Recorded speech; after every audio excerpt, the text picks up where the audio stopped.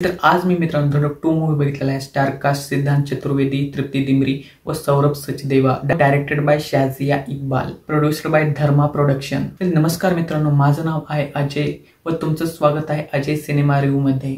धडक 2 हा मूवी धडक 1 या मूवीचा स्पिरिच्युअल सिक्वल आहे। स्पिरिच्युअल सिक्वल म्हणजे फक्त टायटल सेम असतं, त्यामध्ये फर्स्ट पार्टचा व सेकंड पार्टचा काहीही संबंध नसतो। मीन्स फक्त टायटल व प्लॉट सेम असतो अँड कॅरेक्टर्स अँड स्टोरी एकदम नवीन असते। धडक 1 हा चित्रपट आपल्या सैराट मूवीचा रिमेक होता। तर धडक 2 सुद्धा तमिळ मूवी पेरियरम पेरुमल या तमिळ मूवीचा रिमेक आहे।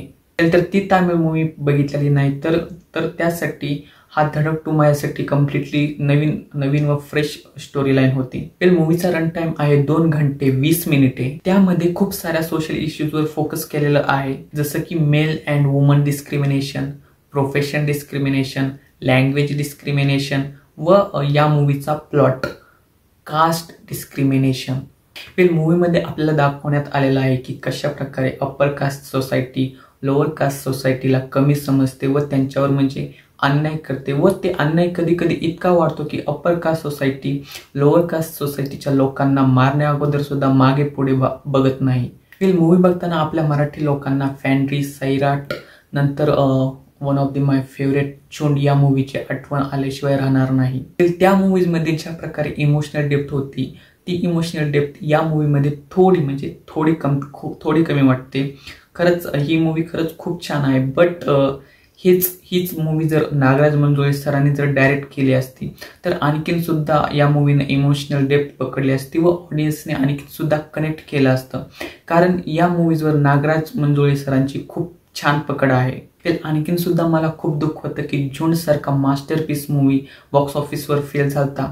ठीक आहे, हिंदीचे लोक तर सोडा, पण मराठी लोक सुद्धा थिएटरमध्ये बघायला गेले नव्हते। बट मला आठवतं मी फर्स्ट शो पाहिला होता त्या झुंड मूवीचा आणि त्या मूवीचा सुद्धा अशाच प्रकारे टॉपिक होता। अँड वॉट म्हणजे काय मूवी होता ती मूवी जी इमोशनल डेप्थ होती ना, तशा प्रकारे ही मूवी म्हणजे त्या प्रकारे इमोशनल नाही करू शकली ऑडियन्सला। बट ही मूवी सुद्धा खरंच खूप छान आहे। ऍक्टिंग वाईज सिद्धांत चतुर्वेदी, तृप्ती दिमरी व सौरभ सचदेवा यांनी खरंच खूप छान ऍक्टिंग केलेली आहे व बाकीचे जे पण साईड कॅरेक्टर्स आहेत त्यांची पण ऍक्टिंग खूप छान आहे।